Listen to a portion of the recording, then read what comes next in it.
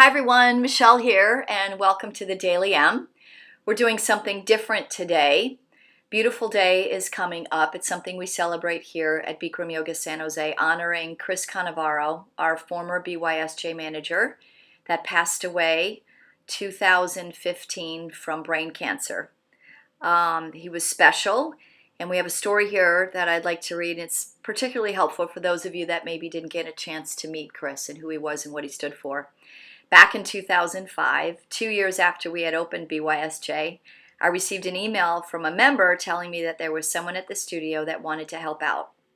It wasn't long after that I received another email from the gentleman himself asking if he could support what I was doing with the things he saw that were missing. It was the next day that I saw Chris behind the desk helping with check-ins and giving me a list of items that we were out of and needed to purchase. This was the start of my 10-year relationship with Chris Canevaro and the beginning of his road to becoming BYSJ's manager, which he became within his first year. I was skeptical to give BYSJ over to anyone, yet Chris showed constant support for me and for the members, as he was always there, had great ideas, and took great pride in keeping things running right and looking good. Those of you that knew Chris knew that coming into the studio each day meant clean mirrors, a tidy space, folded towels, and a swept-up floor. Chris was super anal about cleanliness and would come out of the hot room completely drenched in sweat, not from yoga, but from the hours of cleaning those mirrors top to bottom. Over the course of a few years, I got to know Chris well and became familiar with all the struggles he went through right up until he got himself into yoga. Addictions consumed his young and older adult life, and it wasn't until he was saved that he made his 180-degree turn to become who we knew him to be: kind, generous, loyal, funny, lawyer sharp, brutally and compassionately honest, and a testimony to others about the power of surrender.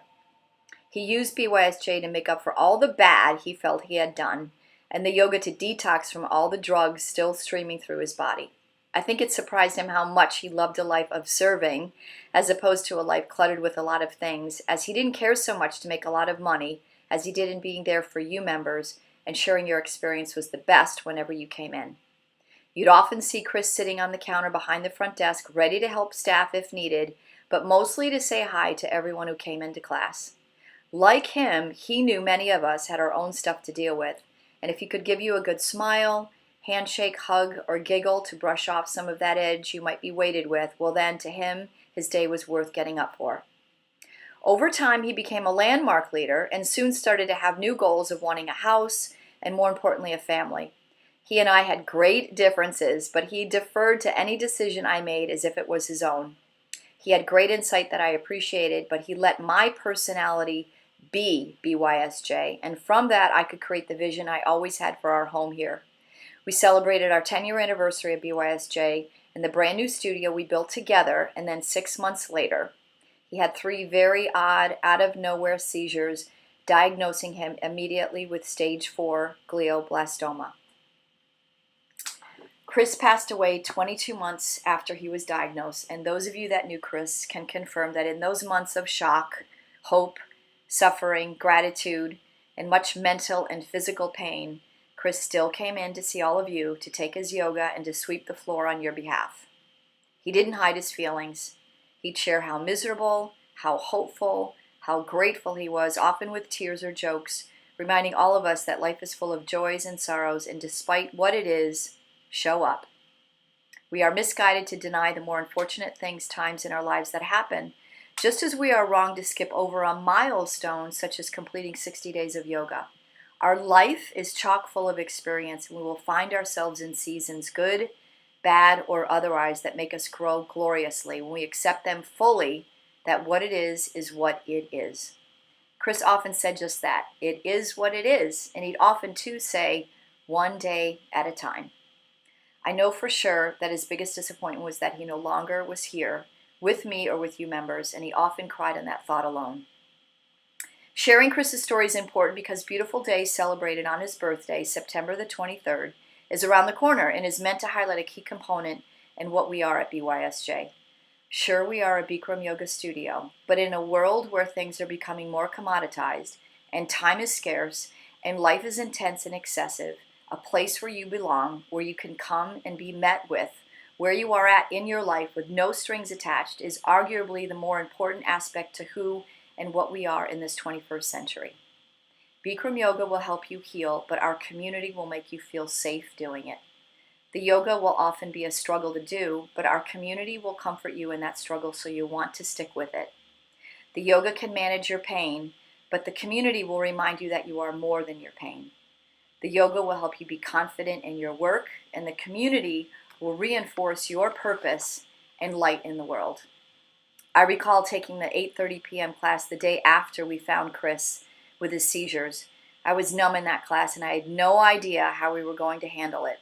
Any of it. I wasn't even emotional yet. I was just stunned. Over time, what shocked me more was the normality Chris made of his situation, teaching us that this, like all else we celebrate at BYSJ, was also a part of life's cycle.